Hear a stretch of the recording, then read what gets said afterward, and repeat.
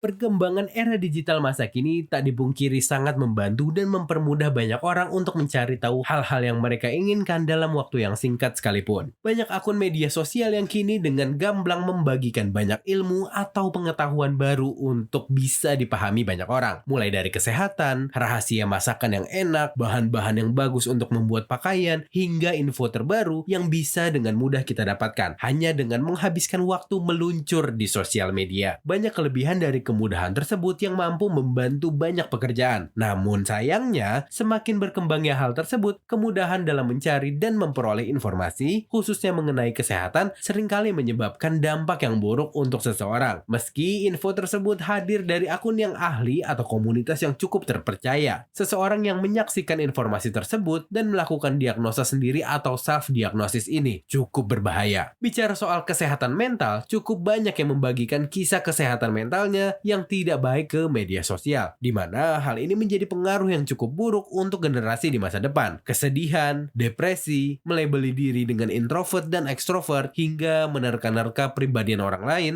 hanya berdasarkan info yang ia dapati dari internet. Kini malah jadi sebuah tren. Info tersebut bahkan berhenti dan tidak dilanjutkan untuk konsultasi secara langsung dengan tenaga ahli. Kesehatan mental seseorang tentunya sangat penting. Hal ini akan sangat berpengaruh pada cara mengontrol diri dan cara berpikir seseorang. Tidak heran, banyak yang membagikan informasi tentang pentingnya kesehatan mental dan pengalaman mereka yang masih mengalami kesehatan mental tersebut. Apalagi munculnya informasi tentang kesehatan mental di sosial media ini membuat para warganet yang didominasi para remaja dari generasi milenial dan Gen Z ini menjadikan mereka semakin peduli tentang kesehatan mental. Jika sasarannya tepat, konten-konten tersebut diharapkan menjadi konten yang bermanfaat untuk mereka yang benar-benar mengalami kesehatan mental. Tapi bagaimana jadinya jika seseorang malah melakukan self-diagnosis pada kesehatan mentalnya sendiri? Hanya karena merasa konten tersebut relate dengan dirinya. Hal inilah yang membuat generasi di era digital sekarang cenderung memiliki resiko yang cukup tinggi dalam melakukan self-diagnosis. Self-diagnosis akibat pengaruh media sosial sangat mungkin terjadi ketika seseorang mereka relate dengan gejala-gejala yang disebutkan di si pembuat konten tentang kesehatan mental mereka. Dengan maraknya topik kesehatan mental ini yang seharusnya menjadi bermanfaat, malah bisa saja menjadi bahaya untuk beberapa orang yang melakukan self-diagnosis. Self-diagnosis adalah asumsi seseorang yang menyatakan dirinya terkena suatu penyakit berdasarkan pengetahuannya sendiri tanpa berkonsultasi ke tenaga ahli. Sebelum hal tersebut terjadi, berikut beberapa hal yang perlu kita ketahui tentang ciri-ciri seseorang yang melakukan self-diagnosis. Setelah melalui proses menyaksikan konten yang relate dengan dirinya, orang tersebut akan merasa panik, kemudian timbul stres. Bagi mereka yang mengalami self-diagnosis, akan lebih mudah berasumsi terhadap hal-hal yang buruk, sehingga memicu berbagai kekhawatiran yang tidak berdasar. Kondisi inilah yang akhirnya dapat membuat mereka panik dan berdampak buruk pada mentalnya. Semakin sering seseorang melihat konten dengan kategori tersebut, semakin sering juga konten lain yang satu kategori muncul di laman media sosial mereka. Sehingga mau tidak mau, mereka akan melihatnya lagi dan lagi. Terlalu sering melakukan self-diagnosis ternyata akan membuat diri seseorang menyangkal kesehatan mental yang sebenarnya. Padahal self-diagnosis itu membuat seseorang tidak memahami secara pasti tentang kesehatan mental atau penyakit apa yang sebenarnya dia alami. Mereka hanya akan berspekulasi dan menebak banyak kemungkinan yang tidak pasti kebenarannya, dan akhirnya menyepelekan kondisi yang bisa jadi malah lebih serius atau tidak seserius apa yang mereka pikirkan. Dengan self-diagnosis itu pula, seseorang merasa mampu mengobati dirinya sendiri karena mudah melakukan dugaan kesehatan mentalnya sendiri, sehingga tidak memiliki perasaan untuk berkonsultasi lebih serius secara langsung dengan ahlinya. Hal tersebut juga dikarenakan mereka merasa sangat cukup menelan berbagai informasi dari internet dan media sosial. Setelahnya, mereka tidak perlu untuk berkonsultasi dan mencari tahu kebenarannya langsung ke psikolog. Kondisi tersebut berdampak adanya trust issue pada para psikolog karena mereka lebih meyakini informasi dari internet dibanding dengan ahlinya. Beberapa macam kesehatan mental yang kini seringkali digunakan seseorang untuk mendiagnosa diri mereka sendiri di antara lain adalah anxiety, panic attack, bipolar disorder, depression, dan masih banyak lagi. Bahkan mirisnya, hal tersebut malah menjadi tren karena akhirnya banyak warganet yang merasa punya ciri-ciri yang sama. Di antara yang sering muncul, beberapa pengguna media sosial juga menggunakan nama untuk menggambarkan kesehatan mental yang diderita seseorang. Beberapa yang tertera misalnya menggunakan kata atau istilah bipolar disorder dengan kemudian, hingga video-video mengerikan yang menyakiti dirinya sendiri yang sering disebut dengan self-harm, di mana seolah mereka tengah meluapkan segala emosi, stres, depresi, dan kesal tanpa adanya kepastian dari psikolog maupun psikiater. Istilah-istilah yang sedang tren tersebut patut diwaspadai. Mereka banyak menggunakan untuk melabeli diri maupun orang lain.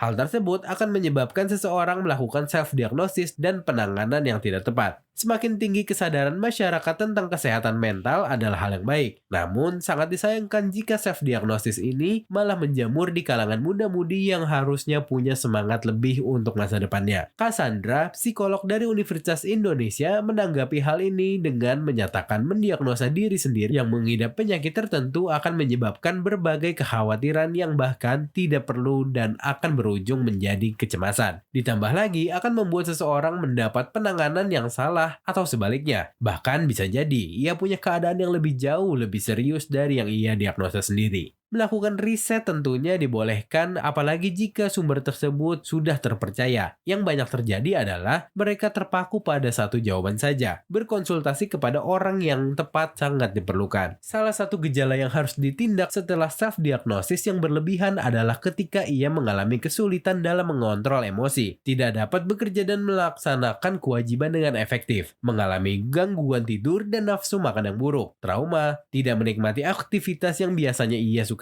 atau merasa kesulitan dengan hubungan orang lain.